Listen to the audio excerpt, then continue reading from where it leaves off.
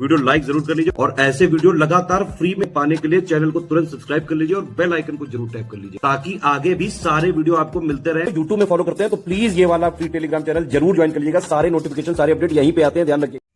नमस्कार दोस्तों term in news में आज रेपो रेट के बारे में बात करेंगे क्योंकि रेपो रेट जो है 0.25% घट गई है। 6.5% थी रेपो रेट जिसको 6.25% कर दिया गया है। तो रेपो रेट काफ़ी ज़्यादा न्यूज़ में है। तो इकॉनमी यूपी पीछे जा रहे हो यारों में, आप देख रहे हो इस बार यूपी पीछे में बहुत सारे सवाल इकोनॉमी से हैं। तो यही सब बातों पर चर्चा करेंगे। और इकोनॉमी दोस्तों बेसिकली आपको पता है करंट ओरिएंटेड ही आती है जो कॉन्सेप्ट है, ठीक है। तो आपको सबसे पहले तो याद रखना आरबीआई के प्रेजेंट गवर्नर कौन है भाई, संजय मल्होत्रा है आरबीआई के प्रेजेंट गवर्नर। आपके लिए सवाल है आरबीआई के फर्स्ट गवर्नर कौन थे, कमेंट बॉक्स में इसका उत्तर दीजिए अगर पता है दोस्तों, नहीं तो मैं आपको उसको अंत में बता दूंगा। तो चलिए रेपो रेट के बारे में सबसे पहले हम लोग जानते हैं।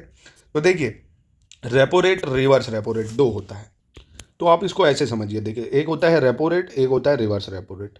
रेपो रेट होता है जब आरबीआई जिस रेट पर यानी जिस दर पर या जिस रेट पर बैंकों को कर्जा देता है ना, बैंकों को कर्जा देता है। अब आप कहेंगे बैंकों को कर्जे की क्या जरूरत पड़ेगी, तो भाई पड़ती है। बैंक के पास पैसा कहाँ से आता है, या तो हम जो जमा करते हैं या बैंक आरबीआई से लेती है। तो जब जिस दर पे आरबीआई बैंकों को कर्जा देता है, अब बैंक आरबीआई से कर्जा क्यों लेगा या आरबीआई अपनी दर कम क्यों करता है, ऐसे पूछता है आपसे, उसमें महंगाई का क्या असर पड़ेगा। अब देखिए जैसे आप आईफोन लेने गए हो, ठीक है।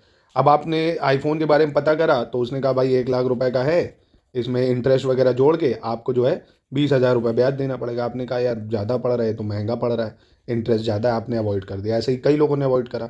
तो ये क्या होगा, महंगाई जो है वो ज़्यादा है ना, मार्केट में पैसा कम है। जब बाजार में पैसा कम होता है, जब बाजार में क्या बोला मैंने, लिक्विडिटी कम होती है, पैसा कम होता है, पैसे को मार्केट में डाला जाता है कि पैसे को डालो जिससे लोगों की परचेसिंग पावर बढ़े।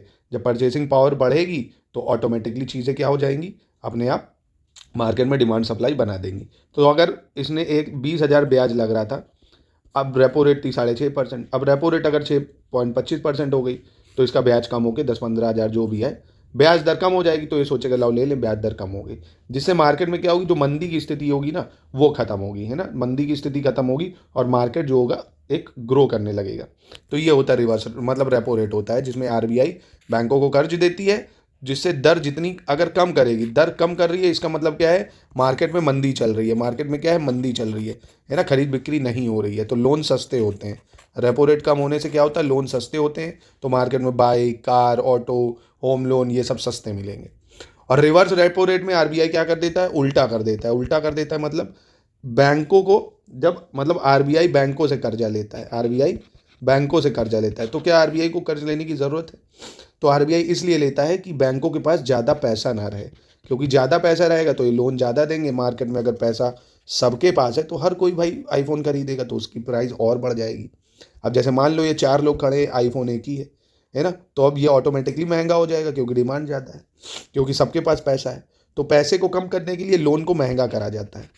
जब रिवर्स रेपो रेट क्या होगा, आरबीआई बैंकों से पैसा लेता है जिस दर पे, उसको बोलते हैं रिवर्स रेपो रेट। अब बैंकों से पैसा ले लेगा तो अब बैंकों के पास पैसा कम होगा, पैसा कम होगा तो मार्केट में ये कम दे पाएंगे, लिक्विडिटी कम होगी, तो महंगाई को जो है वो टैकल किया जा सकता है। तो ये होता है रिवर्स रेपो रेट। अगर कोई पूछ ले आपसे repo rate reverse repo rate तो आप बता सकते हो। रेपो रेट क्या होता है, जब आरबीआई जिस रेट पे बैंक को कर्ज देती है। रिवर्स रेपो रेट क्या होती है, जब बैंक आरबीआई को जिस रेट पे कर्ज देती है उसको रिवर्स रेपो रेट कहते हैं, ठीक है। और आपसे अब पूछ ले महंगाई अगर कम करनी है, महंगाई कम करनी है, ध्यान से सुनो, महंगाई कम करनी है तो रिवर्स रेपो रेट को बढ़ाना पड़ेगा या कम करना पड़ेगा, क्या करना पड़ेगा ये बताओ।